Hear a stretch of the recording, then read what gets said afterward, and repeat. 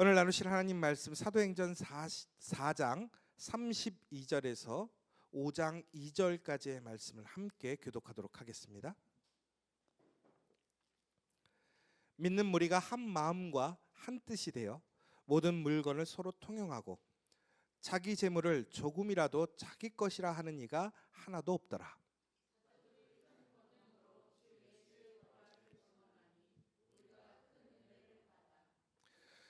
그 중에 가난한 사람이 없으니 이는 밭과 집 있는 자는 팔아 그 판 것의 값을 가져다가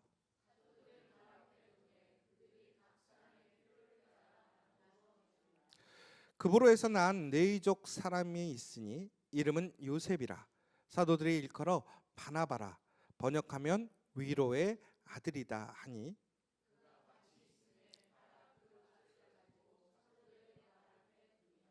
아나니아라 하는 사람이 그의 아내 삽비라와 더불어 소유를 팔아 그 값에서 얼마를 감춤해 그 아내도 알더라. 얼마만 가져다가 사도들의 발 앞에 두니. 아멘. 저희가 지금 매 주일마다 플러스 인생이라는 큰 주제로 우리가 함께 말씀을 나누고 있습니다. 여러분, 예수님 믿고 또 우리가 하나님을 알므로 인해서 여러분의 인생은 플러스 인생 되셨습니까? 마이너스 인생 되셨습니까? 예수를 믿고 예수님께 예배하는 가운데 여러분의 삶이 풍성해지셨습니까? 아니면 점점 메말라지셨습니까? 여러분, 우리가 진정으로 예수님을 만나고 하나님을 고백하고 그 말씀대로 살면 우리의 인생은 반드시 플러스 인생, 풍성한 삶이 됩니다. 저는 우리 모든 교우들이 그런 플러스 인생, 풍성한 삶 되시기를 간절히 소망합니다.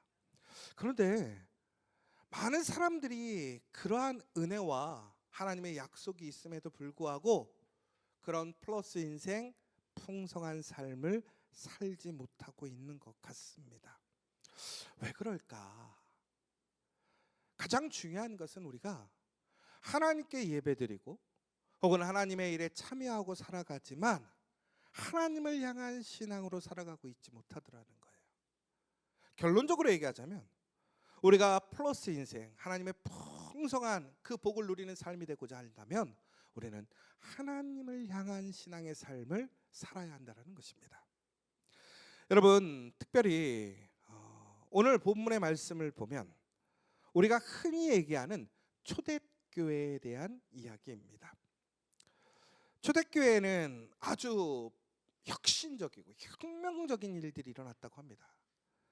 그래서 우리는 이 초대교회를 매우 이상적인 모델로 삼고 또 많은 교회들이 초대교회가 되기를 소망합니다. 특별히 4장 32절에서 35절의 말씀을 좀 보시면 오늘 그 초대교회가 어떠한 일을 행했는지에 대해서 나와 있습니다. 이 초대교회는 무엇보다 놀라운 것이 그들이 한 마음과 한 뜻이 되었다라고 되어 있습니다. 더 나아가서는 그들이 한 마음과 한 뜻이 되어 모든 물건을 서로 통용하고 자기 재물을 조금이라도 자기 것이라고 하는 이가 하나도 없더라라고 되어 있습니다. 그런데 더 놀라운 기적과 같은 이야기가 있습니다. 무엇이냐면 바로 4장 34절에 나오는 이야기인데요. 그 중에 가난한 사람이 없으니 라고 되어 있습니다. 그러니까 초대교회의 놀라운 것은 그 공동체에 수많은 다양한 사람들이 공동체 안에 들어와서 성령을 체험하고 하나님의 은혜로 그들은 신앙을 회복하게 되었습니다. 그리고 수많은 권능을 행하고 능력을 행하게 되었습니다. 그런데 더욱 놀라운 것은 그들이 한마음 한뜻으로 자신들의 재산을 주장하고 또한 그것에 대해서 자기 것이라고 이야기하는 사람이 없이 자기의 것을 아낌없이 나누어 주는 가운데서 가난한 사람이 하나도 없더라라는 것입니다. 여러분, 우리가 지금 시대에도 자기 것을 주장하지 않고 함께 나누는 나라들이 있습니다. 그 나라들이 어디 있죠? 바로 우리나라 위에 있죠. 공산당, 그죠? 북한, 그다음에 사회주의 국가들이 보통은 자기의 소유를 주장하지 않고 공동 소유, 함께 나누는 것에 대해서 이야기를 하고 있습니다. 그런데 거기에 거지가 없을까요? 가난한 사람이 없을까요? 놀라운 것은 모든 사람들이 함께 소유를 나누는데도 불구하고 가난한 사람이 있더라는 거예요. 이것이 바로 인간적인 시스템, 인간적인 이론의 한계예요. 이상적으로는 모든 사람들이 함께 소유를 나누고 주장하지 않으면 모두가 다 평등하게 가난하지 않아야 되는데, 신기하게도 불구하고 가난한 사람이 있더라는 거예요. 그런데 초대교회는 어떻습니까? 모든 사람들이 재산을 서로 나누는데 불구하고 거기에는 가난함이 없었다라는 거예요. 가난한 사람이 없었다라는 거예요. 어떻게 이런 일이 일어났을까? 거기에는 분명히 하나님을 향한 순수한 헌신하는 사람들이 있었을 것이고, 또한 그 헌신은 공동체의 필요를 채우는 중요한 도구가 되었을 것입니다. 그래서 우리는 이러한 초대교회를 매우 이상적인 교회의 공동체 모델이라고 생각합니다. 그런데 여러분이 아시는 것처럼 초대교회는 이상적이고 완벽할 것 같지만 절대로 완벽한 공동체 교회가 아니었다라는 것입니다. 속된 얘기로 하자면 우리 교회 같은 교회였다라는 거예요.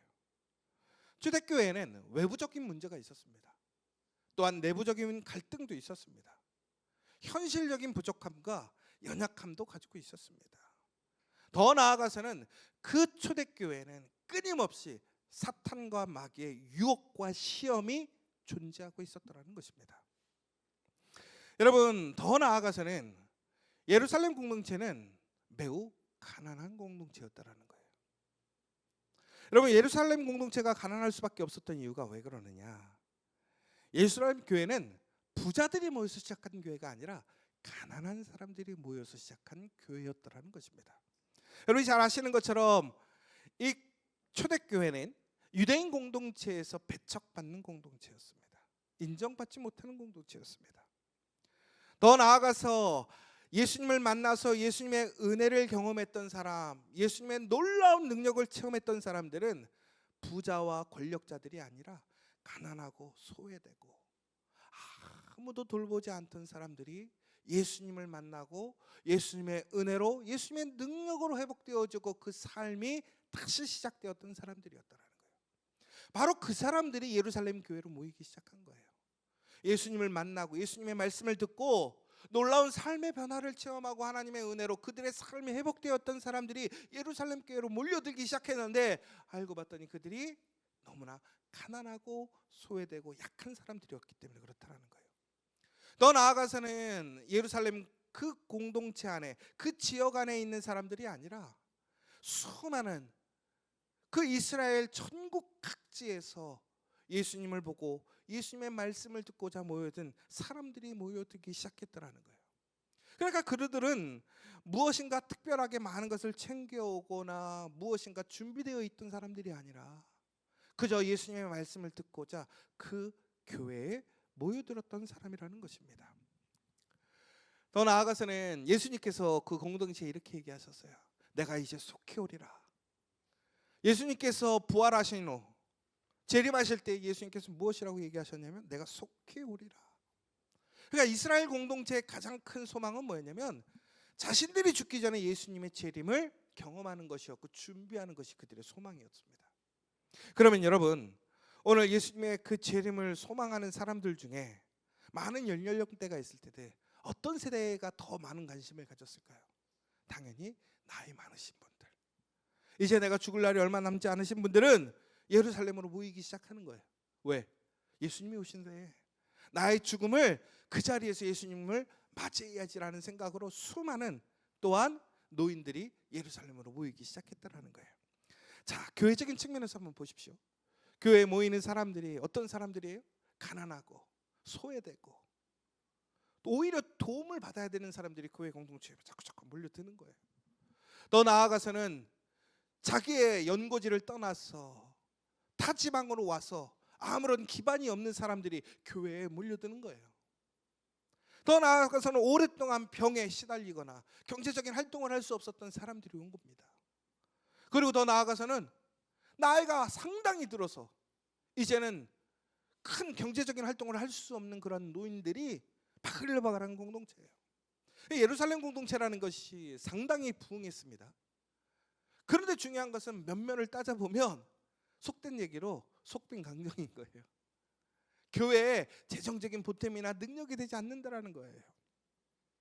당연히 그 공동체 안에도 분명히 재력을 가진 사람들이 있습니다. 그러나 그 한두 사람의 능력으로는 그 공동체의 모든 문제를 해결하기가 쉽지 않았을 것이라는 것이지요.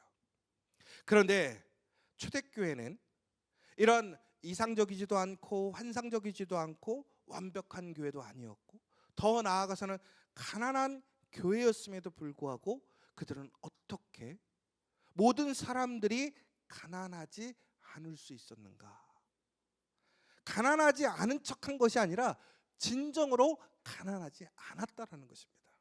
왜 그러냐면 그들은 시험에 빠지지 않고 하나님을 향한 믿음의 삶을, 그 신앙을 살아갔기 때문에 그것이 가능했다라는 것입니다. 여러분, 제가 방금도 말씀드렸지만 예수님의 때에도 사탄의 시험과 유혹은 있었습니다. 더 나아가서는 예수님께서 부활하신 이후에, 승천하신 이후 이 땅에 성령의 역사가 시작되었습니다. 성령의 놀라운 임재로 권능의 역사, 능력의 역사가 일어나게 되었습니다. 그런데도 불구하고 그곳에 사탄의 시험과 유혹은 끊임없이 있었더라는 거예요. 오늘 예루살렘 공동체도 마찬가지라는 거예요. 예루살렘 공동체 안에도 하나님의 놀라운 은혜 가운데 예수 그리스도의 복음의 능력이 그 성령을 통해서 일어나고 기사와 기적이 일어나는 상황 속에서도, 그럼에도 불구하고 그 가운데서 그들의 공동체에도 사탄의 끊임없는 공격과 시험과 유혹은 있었더라는 거예요. 그런데 바로 그 이스라엘 공동체는, 바로 예루살렘 공동체는 그들은 그 사탄의 시험과 유혹에 넘어가지 않고 그들은 그 시험을 통과하여 하나님을 바라보는 그 신앙의 삶을 유지하고 그 말씀을 지켜 행했다라는 것입니다. 여러분, 오늘 이것이 되게 중요한 사실이 뭐냐면 바로 우리에게 수많은 사탄의 시험과 유혹이 오늘도 존재하고 이어지고 있다라는 사실입니다. 제가 일부 때 우스운 얘기로 이런 얘기를 했어요. 여러분, 우리 신앙인들 가운데 사탄의 시험과 유혹을 받지 않는다라고 생각할 수 있는 사람도 있어요. 여러분, 혹시 여러분 이곳에 있는 분들 중에 사탄의 시험과 유혹을 받지 않는 분이 계십니까? 그럼 한번 손 한번 들어보세요. 나는 지금까지 오늘 나는 사탄의 시험과 유혹을 받다 보지 않았습니다. 받지 않고 있습니다. 여러분, 그런데 그런 분이 있다면 저는 그런 얘기 할 거예요. 그분에게 당신은 사탄입니다. 왜 그럴까요?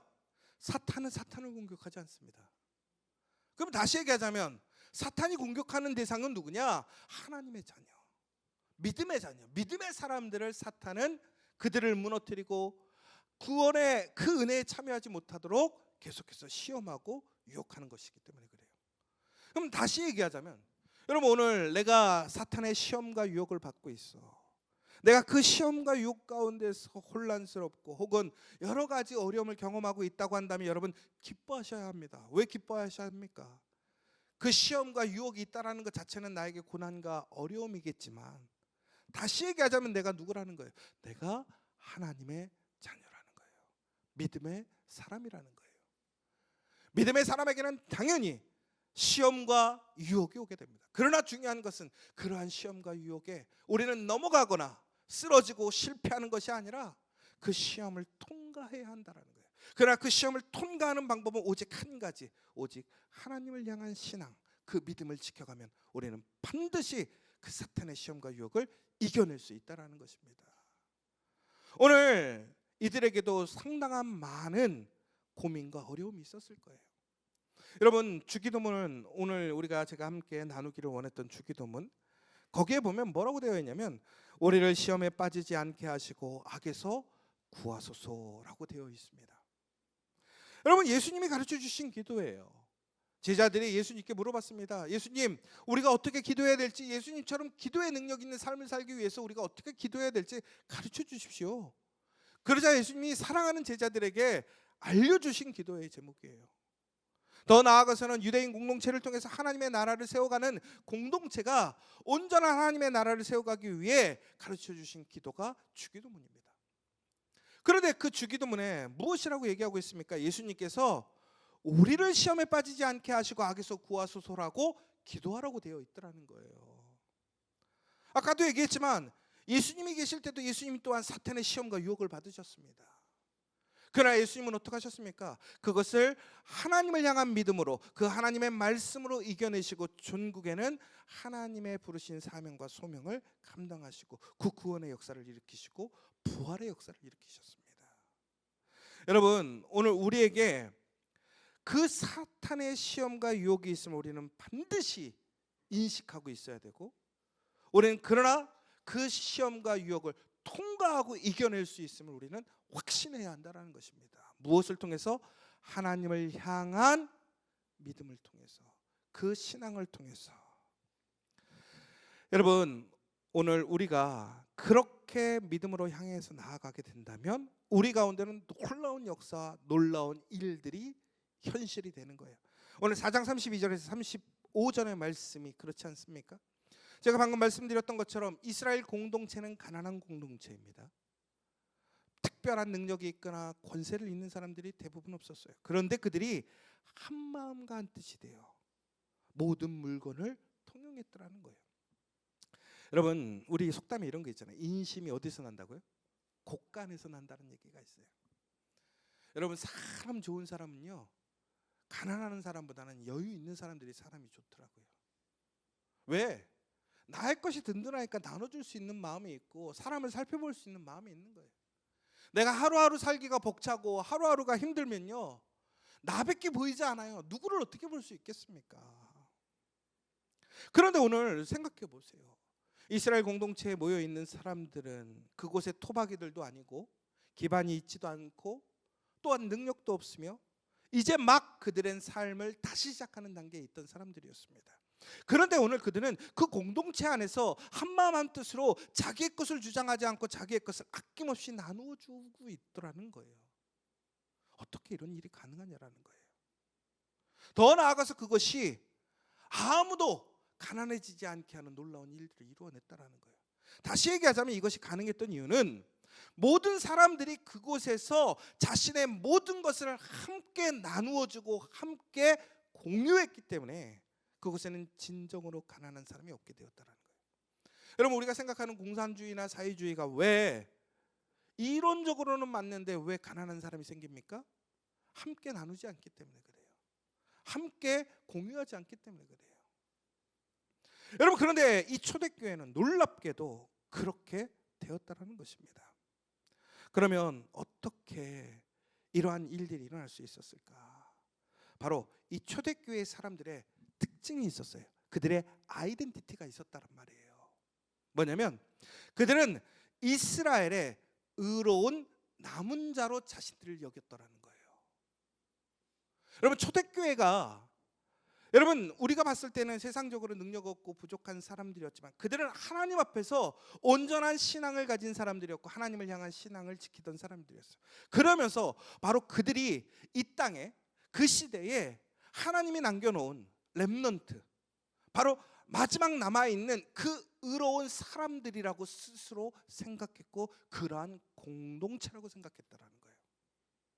여러분, 저는 오늘 이 말씀을 보면서 이 말씀을 준비하면서 우리 지저스 처치가 바로 하나님께서 우리 대한민국에 우리 이 세계에 남겨놓으신 그런 의로운 공동체로 여러분들이 확신하시기를 간절히 소망합니다. 여러분, 우리가 이런 의로운 남은 자로 남았다라는 얘기는 무엇이냐면 바로 그들이 하나님의 말씀을 알고 그 말씀을 지키고 말씀대로 살아가는 공동체였다라는 거예요. 그것이 바로 의로운 남은 자라는 거예요. 여러분, 제가 신명기 14장 22절에서 29절의 말씀을 같이 볼 건데요. 오늘 이 믿음의 공동체가 이처럼 그 확신을 가지고 하나님의 말씀을 따라 살아갈 수 있었던 이유는 바로 하나님의 말씀에 기반을 하고 있습니다. 그래서 15장에 대한 내용을 가지고 얘기를 하려고 했는데 15장을 살펴보는데 그 윗절에 14장이 있었어요. 신명기. 그렇죠. 15장 위에는 14장이겠죠. 근데 14장에 22절부터 29절에 11조에 대한 얘기가 나와요. 그런데 지금까지 우리가 알고 있는 11조와는 조금 다른 의미의 11조를 얘기를 해주고 있어요. 그러니까 여러분 11조가 뭐냐? 여러분 그냥 단순히 우리 월급의 10분의 1을 드리는 게 11조고 교회에 내는 헌금이다라고 생각할 수가 있어요.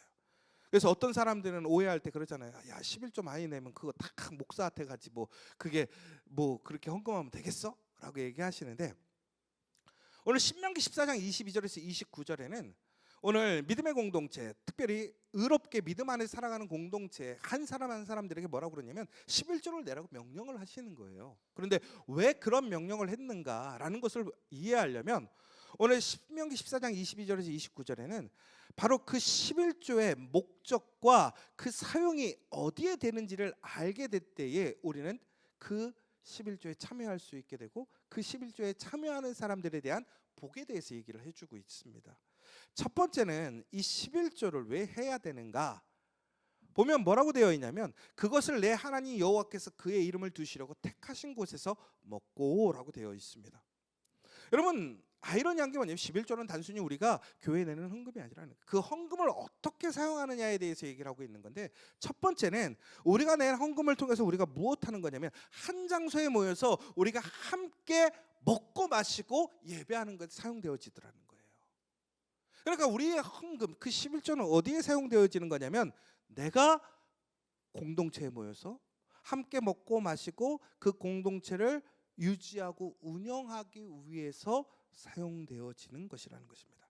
다시 얘기하자면 우리는 하나님의 관계를 통해서 시작되어지는 교회 안에서 우리는 그 공동체와 함께 먹고 마심을 위해 우리의 11조를 사용하기 위해 우리는 그 11조를 내야 한다라는 것입니다. 두 번째는 하나님 여호와를 항상 경외하기 위해 우리는 그 경외의 훈련을 위해서 우리는 11조를 내야 한다라는 거예요. 왜 11조를 내느냐? 바로 그것은 단순히 물질적인 헌물이 아니라는 거예요. 결국은 하나님이 나의 그 모든 11조, 그러니까 나의 11조를 통해서 나를 먹여주시고 입혀주시는 분이라는 것을, 하나님이 나를 축복해 주시는 분임을 내가 기억하는 거예요.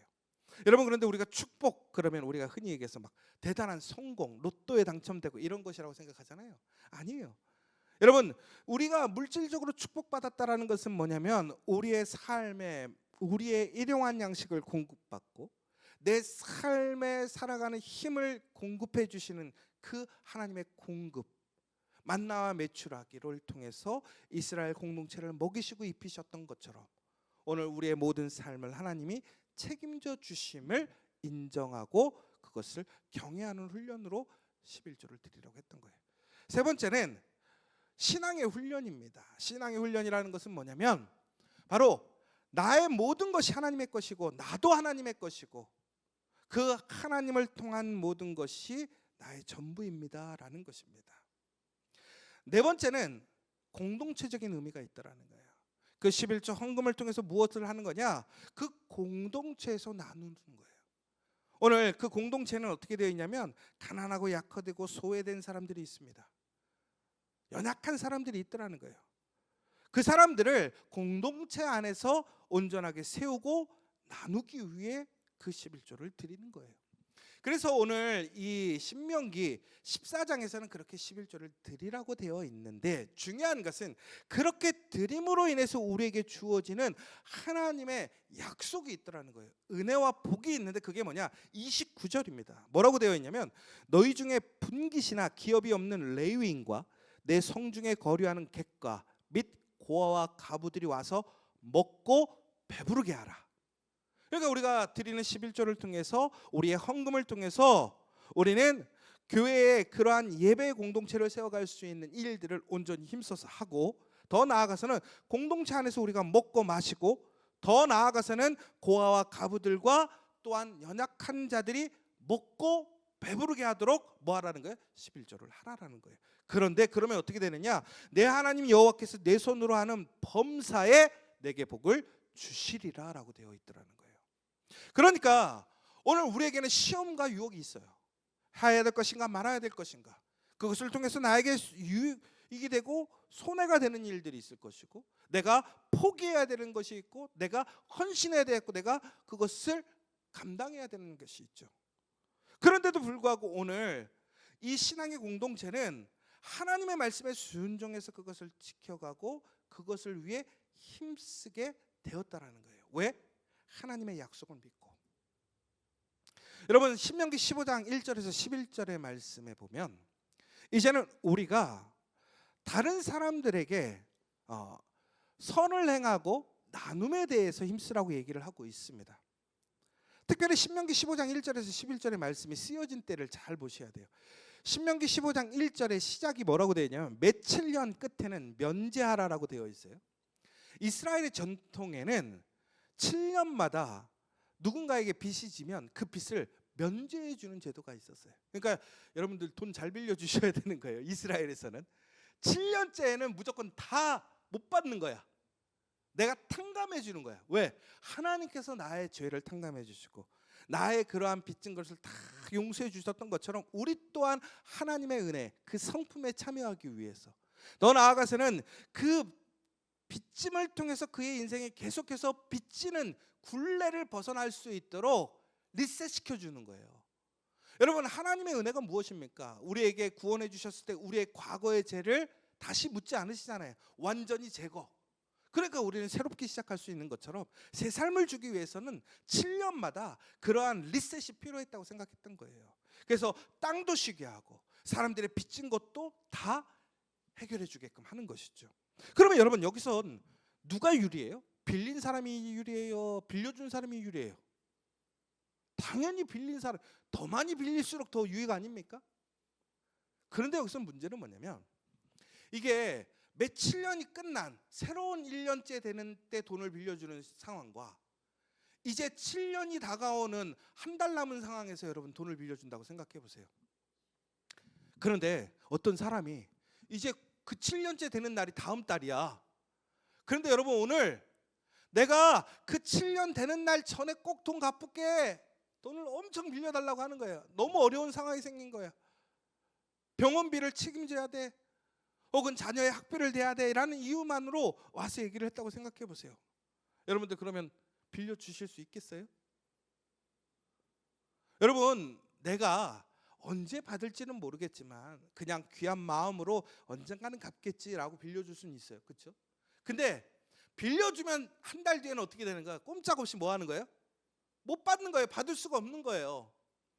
그럼에도 불구하고 여러분들 그것을 빌려줄 수 있겠느냐라는 거야. 나에게 시험이 오는 거예요. 왜? 하나님의 말씀에는 뭐라고 되어 있어요? 빌려주라고 되어 있는 거예요. 오늘 그날이 어땠든 간에 상황이나 조건을 따지지 말고, 기한을 따지지 말고, 혹은 어떤 양을 따지지 말고 그 손에 필요함이 있다면 어떻게 하라는 거예요?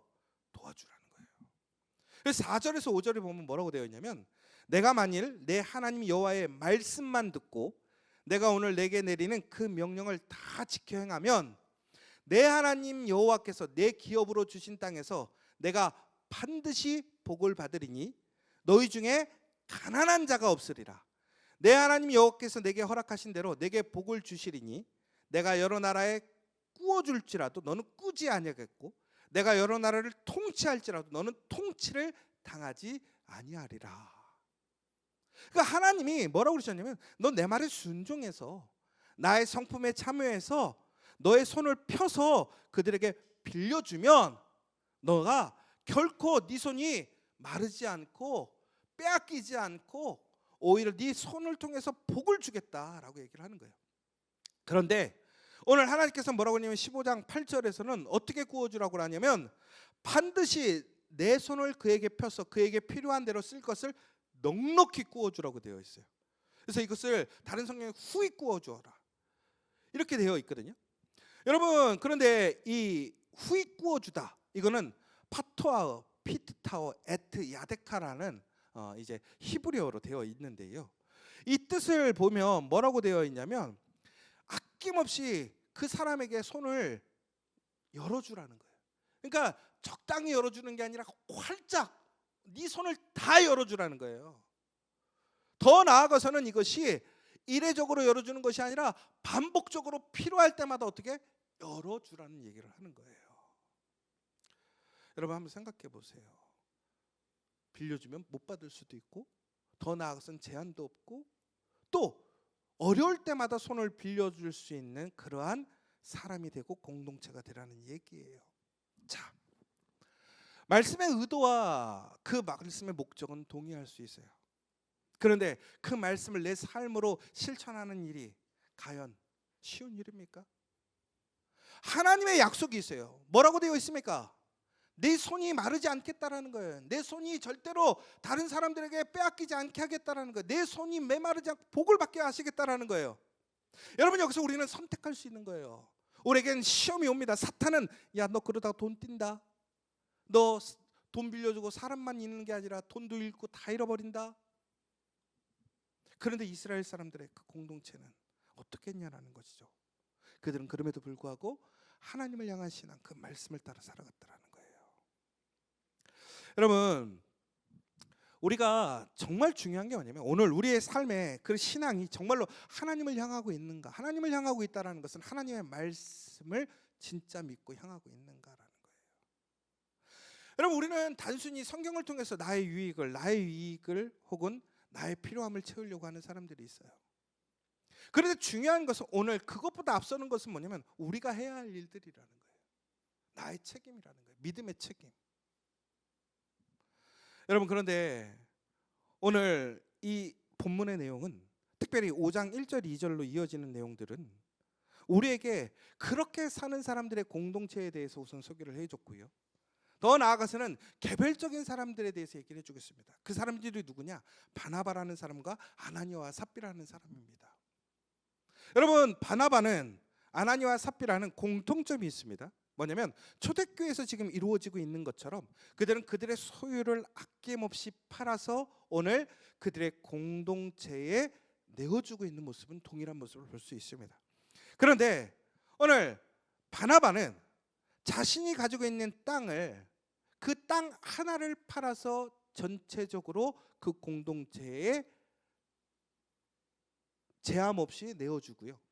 아나니아와 삽비라는 그들은 더 많은 땅을 팔아서 그들은 그 땅 가운데 소수는 자신들이 취하고 나머지 부분들을 교회 공동체에 헌금으로 내어놓습니다. 그런데 여기서 우리가 좀 의아하게 의문이 드는 일들이 있더라는 거죠. 왜 그러냐면 바나바와 아나니아와 삽비라는 공동체를 위해 자신의 재산을 팔아서 공동체에 내어줬는데 결과적으로는 바나바는 하나님의 놀라운 축복과 은혜로 그 초대교회의 쌍기둥이 돼요.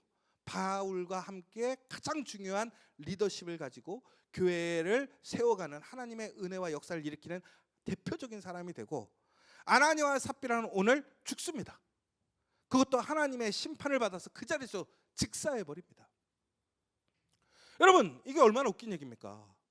하나님께 나의 그 존귀하고 귀한 재산을 팔아서 드렸는데, 그러니까 이게 여러분 예전에 보면 그거하고 똑같아요. 가인과 아벨. 자신이 하나님 앞에 자신의 것을 정성스럽게 드려서 제사를 드렸는데 한 사람은 수용받고 하나는 받지 않았던 거. 근데 오늘은 더 아주 극단적인 얘기죠. 한 사람은 하나님의 놀라운 사용되어짐을 통해서 축복으로 능력 있는 삶을 살게 되고, 한 사람은 하나님의 저주를 통해서 심판을 받고 죽어버리는 그러한 사건들을 보게 됩니다. 여러분, 그렇다면 여기서 왜 그러한 차이점이 생겼는가? 첫 번째, 아나니아와 삽비라가 왜 이 문제가 되었는가 하면, 제가 아까 전에 말씀드렸지만 그들이 드렸던 헌금은 더 컸을 거라는 거예요. 그런데 그들은 그 신앙의 삶의 방향이 하나님을 향한 신앙의 방향 고백이 아니라 자신을 위한 신앙생활이었다라는 거예요. 왜 그러느냐? 오늘 이 아나니아와 삽비라가 오늘 교회에 헌금을 바치게 됩니다. 그 교회에 헌금을 바쳤던 동기가 됐던 건 누구였냐면 바나바였습니다. 바나바가 그 공동체에서 행하는 그 선한 일들을 참여하면서 대표적으로 그가 그 일을 행하게 되니까 사람들이 바나바를 매우 존경하는 거예요. 칭찬하는 거예요. 인정해 주는 거예요. 오늘 아나니아는 그것에 경쟁감을 느끼게 됩니다. 자기도 그렇게 되고 싶은 거예요. 그래서 어떻게 하느냐? 오늘 그는 하나님의 말씀에서 순종하기보다는 하나님의 말씀을 따라서 그가 전적으로 하나님께 내어드리는 것이 아니라 그는 자신을 위해서, 자신의 목적을 이루기 위해서, 자신의 욕구를 위해서 그는 헌금을 하게 되었습니다. 그런데 문제는 뭐였느냐? 그가 헌금을 할 때 하나님 앞에 분명히 자신의 것을 전부를 드리기로 했다라는 거예요. 그런데 드리려고 하다 보니까 아까운 거예요. 마음에 다른 생각이 있는 거예요. 여러분, 그런데 여기서 베드로가 그런 얘기를 해요.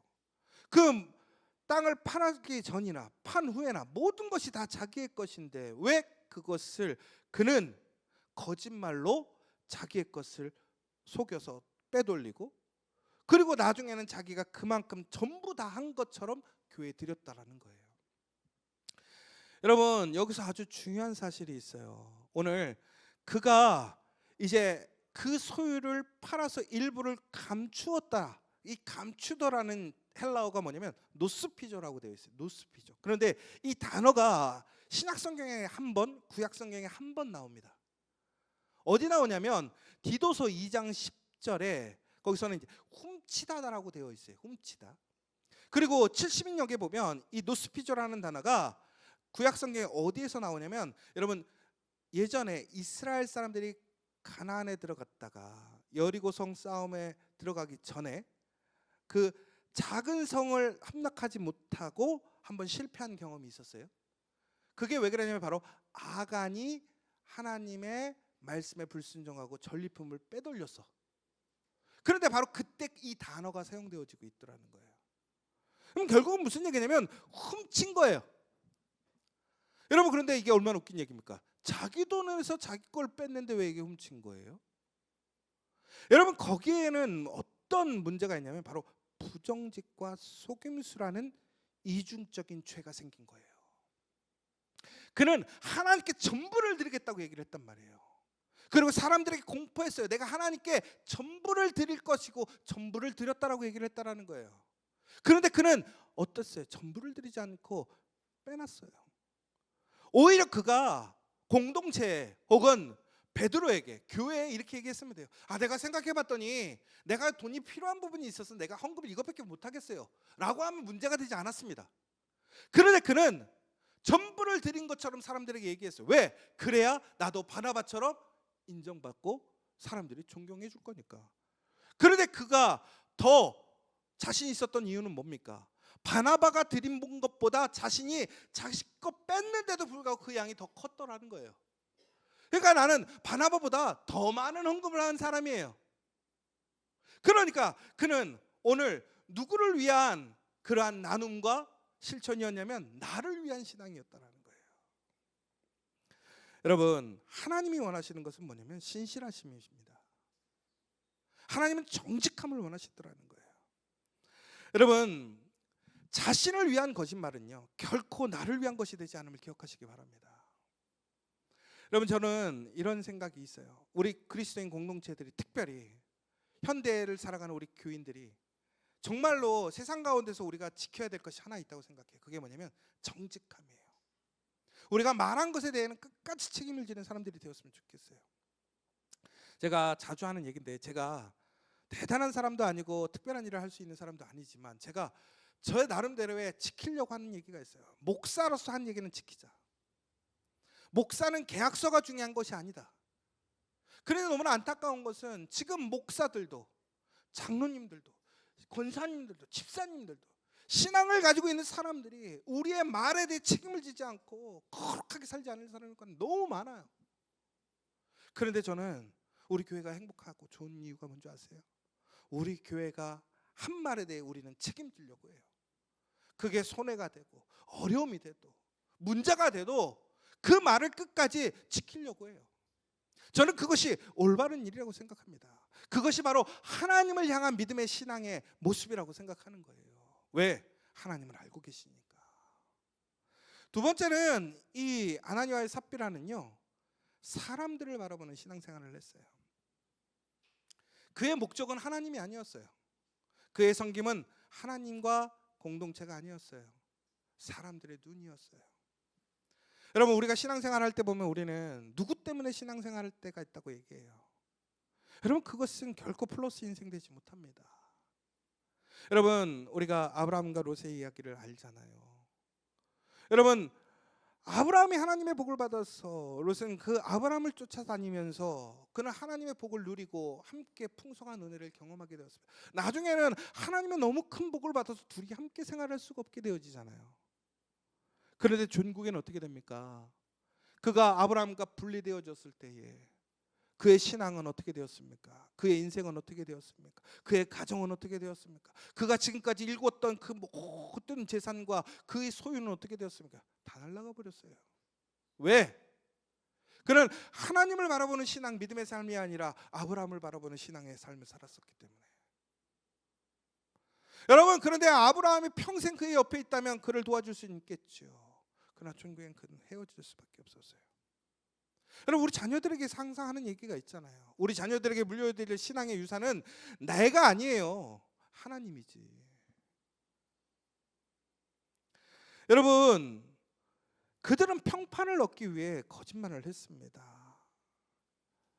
오늘 우리는 다시 한번 우리의 신앙의 본질의 태도를 봐야 돼요. 그런데 바나바가 하나님께 축복을 받았던 이유는 뭐냐?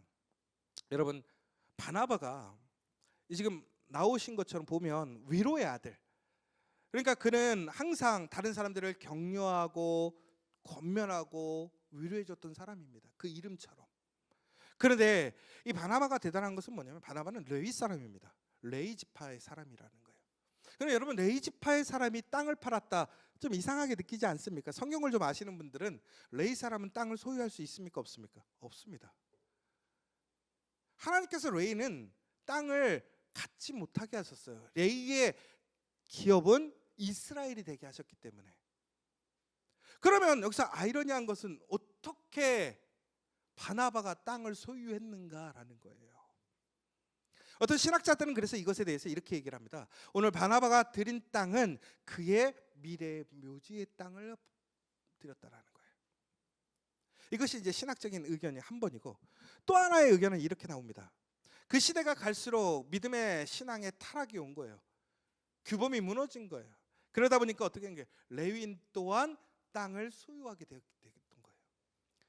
그런데 어찌 되었든 간에 이 바나바가 속해 있는 그의 가문은 상당한 부를 소유한 가정이었던 것 같아요. 그럼 이거 다시 얘기하자면 그 가문은 뭐예요? 레위 가문일 텐데, 레위 가문이 상당한 부를 소유한 가정이라는 것이죠.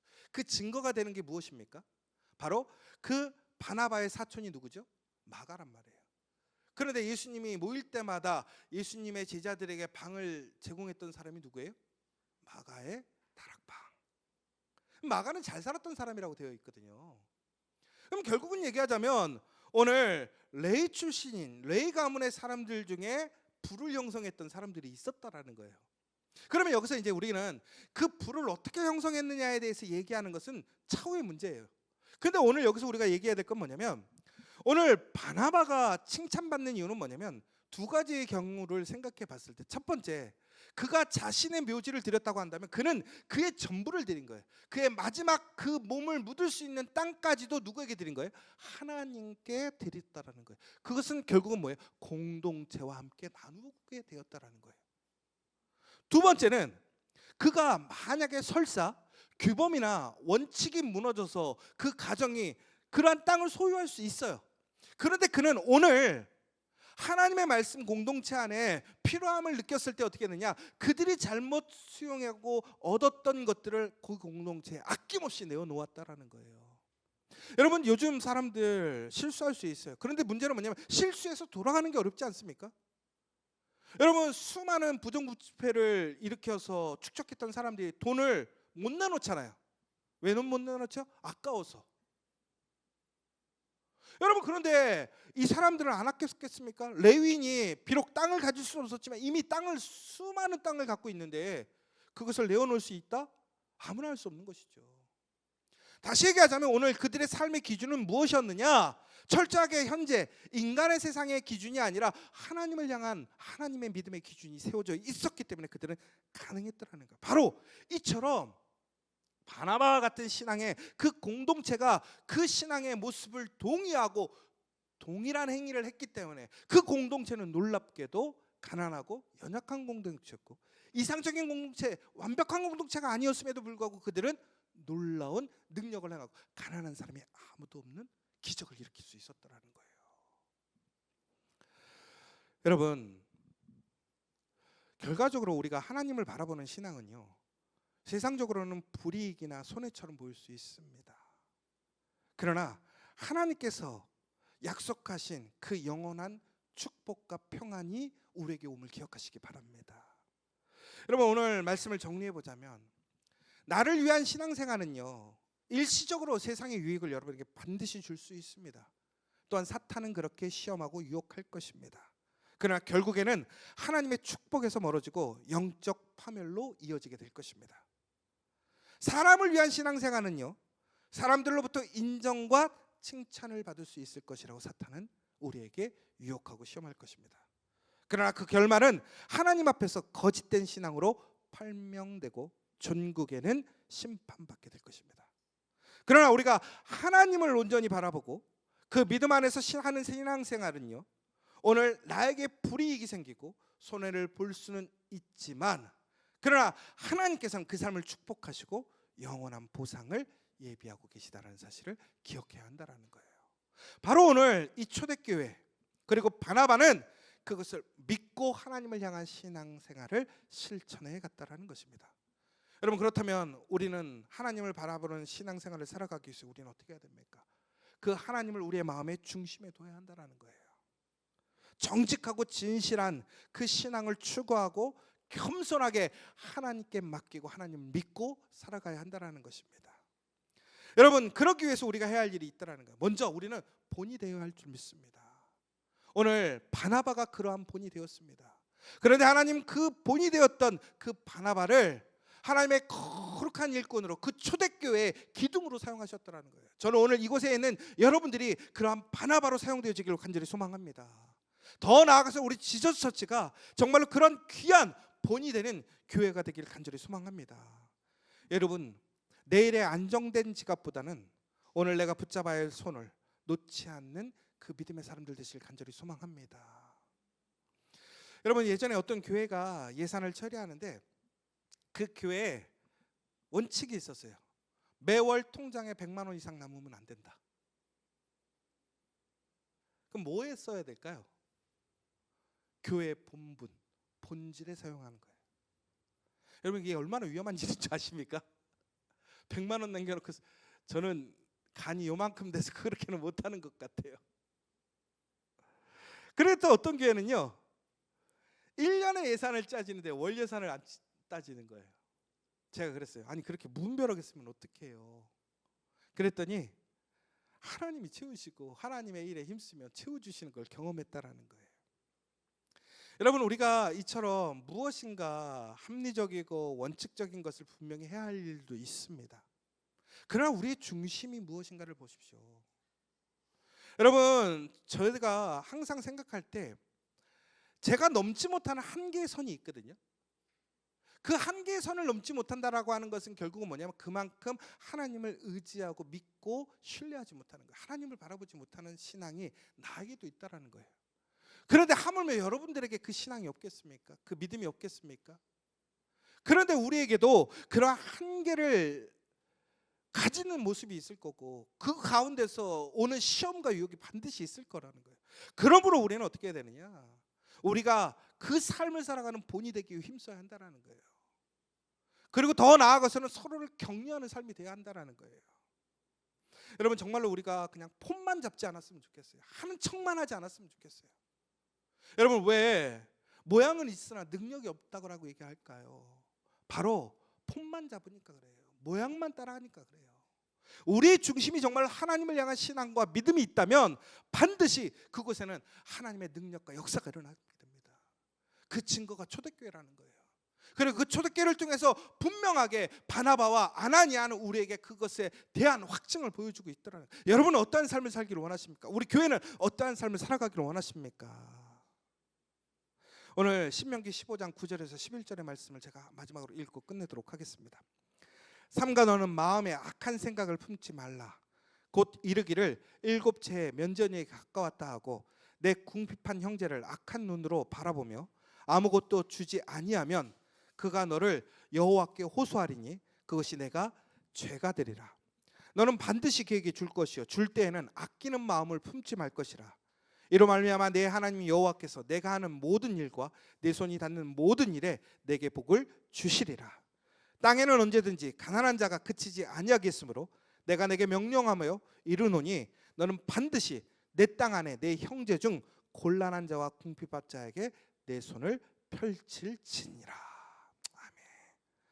우리가 오늘 이 말씀에 하나님을 향한 신앙으로 나아가게 된다면 하나님은 반드시 우리의 그 놀라운 그 편손을 통해서 역사하시고 채워주실 것을 믿으며 오늘 나아가는 저 여러분 되시기를 간절히 소망합니다.